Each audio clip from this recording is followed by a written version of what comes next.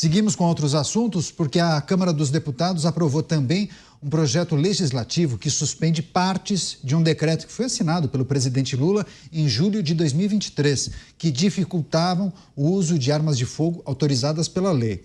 O principal argumento para anular essas restrições foi o fato de que elas inviabilizam a prática do colecionador e do tiro esportivo. Esse projeto também modificou o decreto presidencial e eliminou a exigência de que clubes de tiro precisam estar localizados a pelo menos 1 quilômetro das escolas. Além disso, também excluiu a necessidade de certificados para armas de pressão e permite o uso de arma de fogo para atividades diferentes daquelas que foram declaradas no momento da aquisição. O projeto segue agora para análise do Senado Federal. Vou começar essa rodada com o Roberto Mota, que entende bem dessa dinâmica e também os trechos que haviam sido restringidos no início da gestão do presidente Lula e agora a Câmara aprovando esse decreto que anula algumas decisões tomadas pelo atual presidente. Mota, sua reflexão sobre o tema. Achei muito importante o seu esclarecimento, Caniato, porque tem muitos veículos de mídia dando a seguinte manchete: Câmara aprova decreto que facilita acesso a armas de fogo. Na verdade, o decreto não facilita, ele simplesmente suspende partes de um decreto do governo de julho do ano passado que criava restrições absurdas ao uso de armas de fogo legais. A gente não precisa entrar no mérito aqui dos detalhes, mas é assim como, olha, você não pode usar a sua arma em dia de chuva. Se a primeira letra do seu nome for uma consoante, você só pode usar a sua arma em dias ímpares. Mas por quê? Não, é porque é isso mesmo. Porque a ideia é uma ideia ideológica. É criar o maior número possível de obstáculos para impedir o cidadão brasileiro de exercer o seu direito à autodefesa armada. Isso também é uma guerra cultural.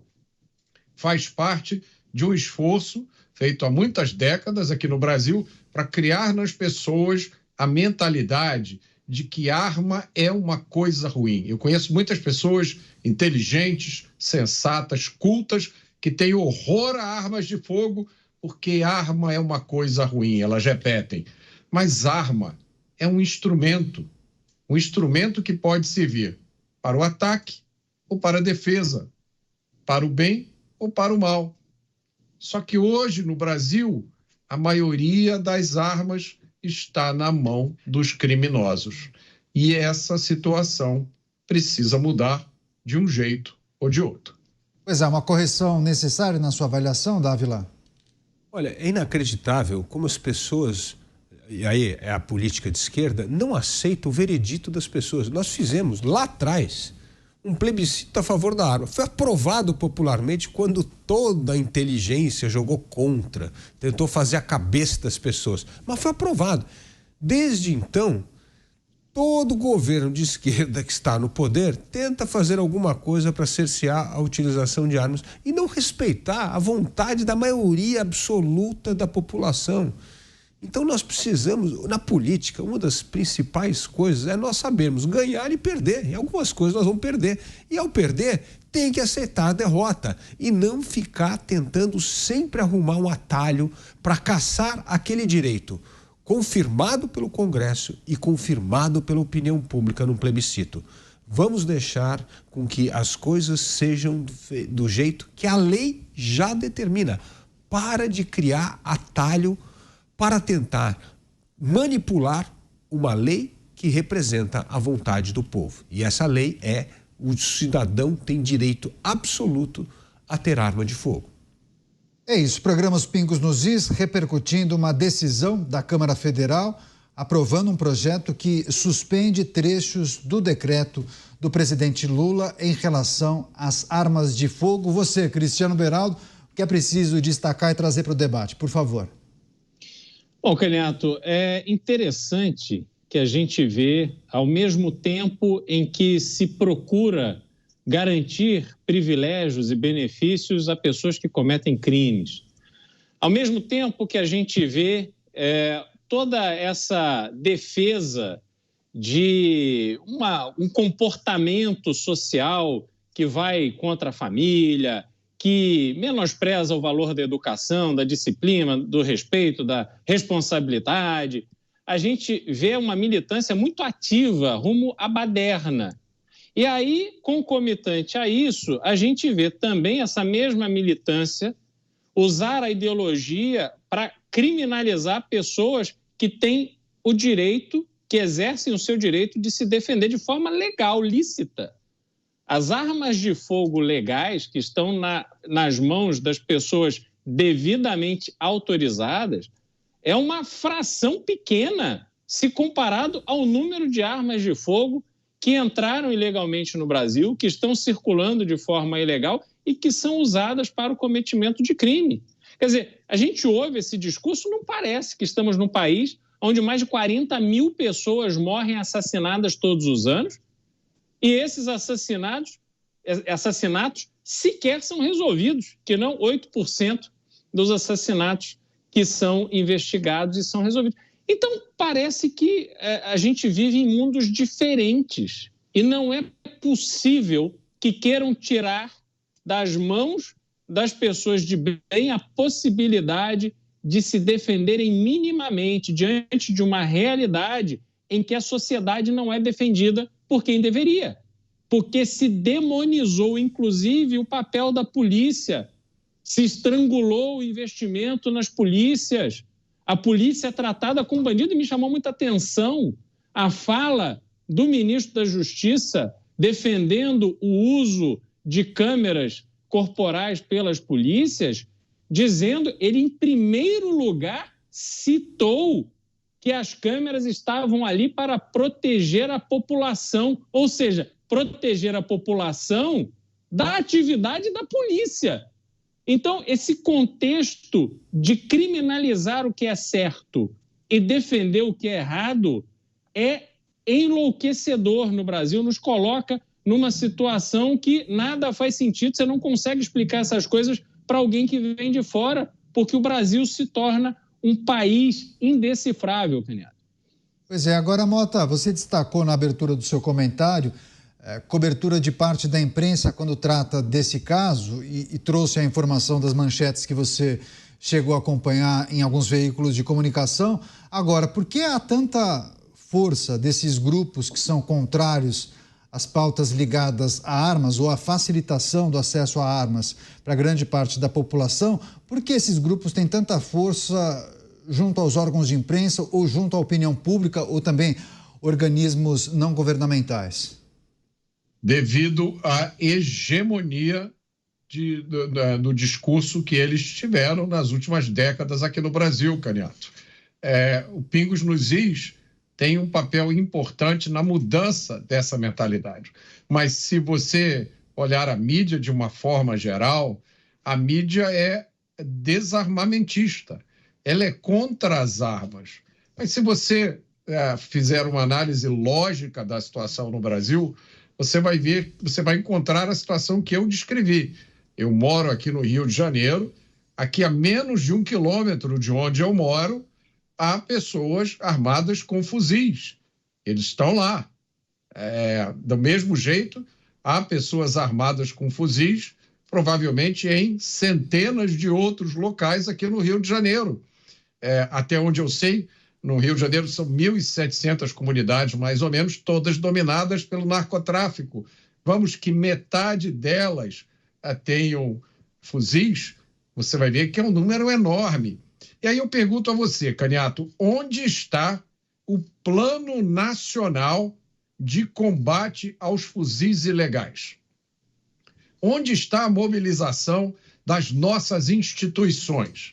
Onde estão as ONGs dedicadas ao desarmamento dos criminosos? Me aponte uma.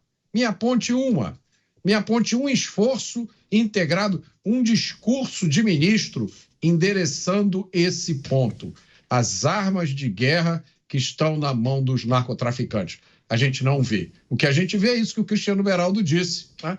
Um esforço eterno para criar benefícios, para inventar direitos, quando esses criminosos são finalmente capturados pela polícia, processados, sentenciados, colocados num presídio, aí eles têm todo tipo de benefício possível. custa muito para o cidadão juntar 2 com 2 e chegar à conclusão de que a gente está vivendo uma época no Brasil em que, por alguma razão absurda, as instituições estão contra o cidadão comum, o cidadão de bem, e se você for bandido, se você dominar uma região com o uso de armas de guerra, você vai escapar impune. É essa a conclusão que a gente chega. Pois é, são pontos importantes para a gente refletir com os nossos comentaristas. O Dávila, no comentário anterior, lembrou desse plebiscito que aconteceu no início dos anos 2000, né, Dávila? 63% dos brasileiros votam em referendo a favor do comércio de armas. Agora, por qual razão, se a maior parte da população naquela ocasião entendia que era preciso tratar desse tema e flexibilizar o acesso às armas de fogo, há um grupo muito poderoso no que tange a influência sobre parlamentares e também sobre alguns setores da sociedade que impede que esse tipo de vontade da maior parte da população avance. Por quê? Porque é uma soberba, é achar que a população não sabe as reais consequências de um povo armado e que eles, com seu notável saber, precisam fazer uma certa correção nessa vontade popular. E aí é isso, nós temos uma lei atrás da outra, desde a aprovação do plebiscito, do referendo, querendo mobilizar a sociedade contra aquilo que é o interesse da própria sociedade, manifestado claramente no plebiscito e também na eleição de bancadas que defendem essa pauta. Mas toda hora parece que esta sabedoria popular precisa ser contornada pela essa iluminação notável das ideias dos representantes do povo, que sabe o que é melhor para o povo do que o próprio povo. É uma vergonha. Agora, esse debate acontece com frequência aí nos Estados Unidos, em vários estados, né, Cristiano Beraldo? Claro que a gente tem aqueles episódios dos malucos que acabam invadindo especialmente as instituições de ensino. Há vários episódios de pessoas que acabaram matando dezenas de estudantes e também em outras localidades, mas, enfim, há um posicionamento, inclusive, do presidente Joe Biden para restringir o acesso às armas de fogo. Em que pé estão essas discussões por aí? Olha, Caniato, arma de fogo é um direito da população norte-americana desde que o país existe. E Joe Biden entrou numa viagem muito louca, querendo fazer coro àqueles que demonizam a polícia. É uma coisa incompreensível as atitudes que ele vem tomando como presidente da República, porque ele está ajudando a minar pilares essenciais da democracia norte-americana. O discurso que ele fez na Faculdade de Atlanta na semana passada, dizendo que George Floyd é realmente a grande vítima, e realmente o que aconteceu com George Floyd foi um absurdo. A violência de um policial que tirou a vida de uma pessoa durante uma abordagem. Ninguém aqui vai passar pano para isso. O problema é o que aconteceu depois, porque usaram George Floyd como o símbolo da opressão da polícia. E usaram este policial, que não deveria ser policial, inclusive está preso, como o símbolo de toda a polícia norte-americana, e isso não existe. A partir do episódio do Black Lives Matter, tudo mudou nos Estados Unidos em relação à polícia norte-americana. A polícia passou a trabalhar de forma acuada.